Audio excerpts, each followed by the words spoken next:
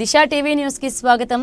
వేళ్ల మండలం ముడిమ్యాల నుండి మేడిపల్లి వరకు 24 కోట్లతో అభివృద్ధి చేసే రోడ్డుకు రాష్ట్ర రోడ్లు భవనాల శాఖ మంత్రి కోమటిరెడ్డి వెంకటరెడ్డితో కలిసి ఈ రోజు శంకుస్థాపన చేశారు।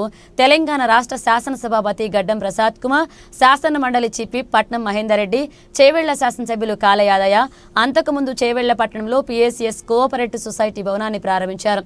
ఈ సందర్భంగా కోమటిరెడ్డి వెంకటరెడ్డి స్పీకర్ ప్రసాద్ కుమార్ మాట్లాడుతూ కోమటిరెడ్డి వెంకటరెడ్డి బోళా శంకరుడు ఏం అడిగినా కాదనకుండా ఇస్తాడు। వికారాబాద్ నియోజకవర్గంలో రోడ్ల అభివృద్ధికి 150 కోట్లు మంజూరు చేశారు। కేంద్ర మంత్రి నితిన్ గడ్కరీకి కోమటిరెడ్డి వెంకటరెడ్డి సుపరిచితులు। వికారాబాద్ నియోజకవర్గం నుండి వెళుతున్న 4 రాష్ట్ర రహదారులను జాతీయ రహదారులుగా గుర్తించి 10,000 కోట్లతో అభివృద్ధి చేయాలని కేంద్ర జాతీయ రహదారుల శాఖ మంత్రి నితిన్ గడ్కరీని కలిసి వినతి పత్రం ఇవ్వడం జరిగింది।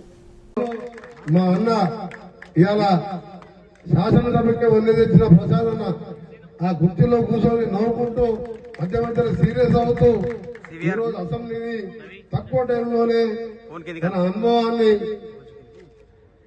పాత లీడర్ గా కాకుండా అందరూ కూడా ప్రతిపక్షంలో ఏది మాట్లాడే వారికి కూడా అవకాశం ఇచ్చుకుంటూ సభని ఉందాగా నడిపిస్తున్న అన్నగారు రావడం ప్రతి ఒక్కరికి, ముఖ్యంగా ఈ రోజు ఒక మంచి రైతు నాయకునిగా స్ఫూర్తితో పనిచేస్తున్న ప్రతాప్ రెడ్డి గారు, అలాగే ఇంకా ఒక నాయకుడు మా తమ్ముడు ఎంకన్నా ట్రిపుల్ రైడింగ్ ఆ చెవు కింద ఫోన్ పెట్టుకొని పోయి మాట్లాడుతుంటాడు। ఇవన్నీ చూస్తుంటే బాధ అనిపిస్తుంది। ఎన్నో యాక్సిడెంట్లు చూస్తున్నాం మనం। అందుకనే రోడ్ల మీద ప్రత్యేక శ్రద్ధ చూపిస్తూ చేవెళ్ళ ఇక్కడి నుంచి వికారాబాద్ ఎందుకంటే మా స్పీకర్ గారు కాబట్టి ఆయన అడిగిన ఇవ్వవలసింది ఇవ్వకుండా మాకు మైక్ ఇవ్వడం వల్ల, మైక్ ఇవ్వకపోతే వాళ్ళు ఇష్టం మాట్లాడుతూనే ఉంటారు। ఆయన లీడర్ ఆఫ్ ది ఆపోజిషన్ లేడు అక్కడ। కేసీఆర్ గారు వస్తేనే ఆయనతో మాట్లాడవచ్చు। మధ్యలో పిల్లలు లేచి ఒకటే వదులుతుంటారు।